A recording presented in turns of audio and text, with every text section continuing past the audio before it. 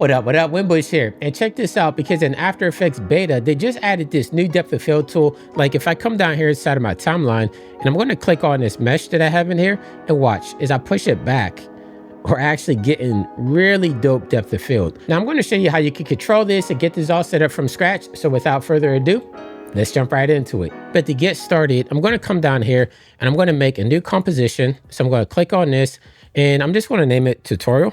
And I'm just going to leave it at HD, click OK. And now I have a blank canvas. So I have this 3D file that I got off Sketchfab. It's a GLB file. I'm just going to left click and drag it into my timeline down here. And that's just going to bring up these settings right here. I'm going to leave everything at default and click OK. So now you can see we have this 3D file inside of After Effects. Let me add a background in here. I'm just going to make a black background. And before we add a camera, we want to make sure the scene is properly set up for the advanced 3D tools. So you want to make sure you're on your composition here inside of your project outliner. Hit Control K, and that's going to prop up the composition settings. Or if you don't want to use the shortcut, if you right click on it, come right here at the top where it says composition settings, that's how you get to it as well. So right here where it says 3D render, if I click on this, you want to make sure that your render is for advanced 3D. Now by default, it's probably going to be on classic. I was working in advanced 3D, so that's why I selected right here, but that's what you want selected. And then right here under options, this is going to give you different quality settings. Like I'm at render quality 125 because I got a beast of a system. Shout out to Dell. But also resolution, I'm going to have it at full, but this just depends on your computer specs. So down here, I'm going to hit fit the scene so that everything is just going to engulf my entire canvas. Hit OK, hit OK again. And now we're set up to bring in our camera. There's a couple of ways you could go about this. Down here in my timeline, if I right click, you come up here to new, and then you can add a camera from here. Or if you go up here to the top where it says layer, if you click on new, you can add a camera from up here as well. So when you go to add a new camera for the first time, you want to make sure that you have enabled depth field clicked on. If it's your first time doing it, this is going to be turned off. And then also important where it says type, you want to do the 2-node camera. You can have 2-node or 1-node. You definitely want to have 2-node because this is going to give us proper depth of field. Then for my preset, I'm just going to use 50, which is fine. And then I'm going to click on OK. So now we have a camera in our scene and you probably won't see it. That's because we need to look at it from a top view because currently we're looking through our camera. So down here in the bottom right where it says 1 view, I'm going to click on 2 views. And now if I use my middle mouse button to scroll out, you can see now we have our camera down here. But I want to make sure I'm working at full resolution as well. So down here in the bottom left where it says full, I'm going to put this on full instead of auto. And now we're all set. So let me bring my 3D model a little bit further down. And this is going to be another trick. This isn't for the depth of field, but just in general, when you're doing camera work, if I right click on my camera down here inside of my timeline, and I come right here to camera, you could create a null for orbiting your camera around. So if I click on create orbit null, now if I go to my null point right here and I start moving this around, that's going to whip my camera around. And that way it's always going to be looking at that null point and I don't have to do any type of guessing. And what I'm mainly going for, I want to get some stuff in the foreground and then the stuff here in the background.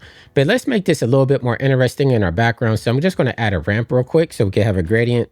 There we go. So something like that should be suffice. I like how that's looking right there. So now let's finally start working with the depth of field. So down here in my bottom left-hand corner, I'm going to click on my camera. Let me fold these up and I'm going to fold this down. And you have a path for camera options. If I scroll this down, you see now we have a couple of options in here. We have depth of field turned on. That's what we want. And then our aperture, we can actually turn this up a little bit. Let's say maybe up to like 55.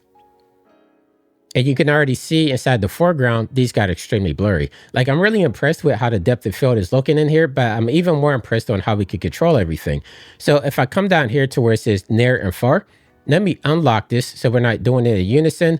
And for the first one, that's going to be near. So if I put this at 0, you can see now everything is in total focus. And for far, if I put this at like 500, you can see that we're starting to get a little bit of depth in there. Let me actually raise this up to maybe like 1500. Let's just exaggerate this by a lot.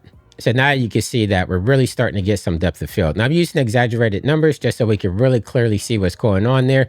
And then if we want to change the distance on this, we have a couple of ways that we could do it. Like if I come down here to where it says focus length, if I start moving this in, you can see in our top viewport that our focal length is starting to move in. And then you can see inside of our main viewport through our camera that everything is starting to get really out of focus. So I'm really liking the way that the depth of field is looking inside of After Effects. I'm going to hit Control Z because there's another way that we could control the depth in here. And we could do that by adding the object into our scene. So if I come up here to the top of my toolbar where we have this cube, I'm just going to add a sphere inside of my scene because we now have 3D shapes that we can have in here. So now you see we have this 3D shape inside of our viewport. And the only reason I put this in here is because I want to use this to control our depth of field. So I'm just going to properly align this up to my camera. So let's put it maybe around like right here, somewhere around there, just so it's pointing at our camera. So now what I want to do is I want to connect my sphere with my camera.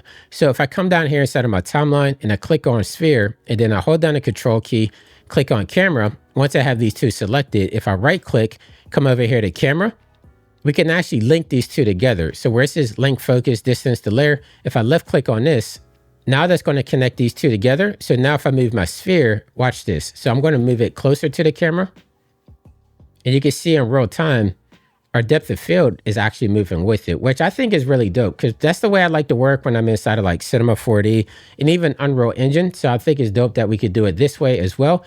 And then you might wonder, like, I don't want to have that rendered out. So what I typically do is over on my right-hand side here, where it says mesh options, where it says radius, you just zero it out. Now, I know some people like using nulls, but I like using shapes just so I have a visual representation of where it's at inside of my scene, but do it any way that you like. So I think this is really dope. If I come back down here to where it says like near view and far view, I'm gonna put this back at like 100.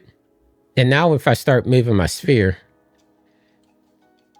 now you can see we really have like a good focal point. So it's like in the foreground is blurry, in the background is blurry, and you can really focus on whatever you're trying to get inside of your shot. Now this feature just literally dropped yesterday, so I've been only playing around with it for a few hours, but it's definitely worth going into the After Effects beta. If you don't know how to get to that, watch my last video, I showed you how to get there, but it's fairly easy. You go to Creative Cloud, go to the betas, and just install After Effects. So once again, my name is Jonathan Winbush. Subscribe if you're new, and until next time, stay fresh, keep creating, and I'll catch you in that next video. I see you soon. Take care.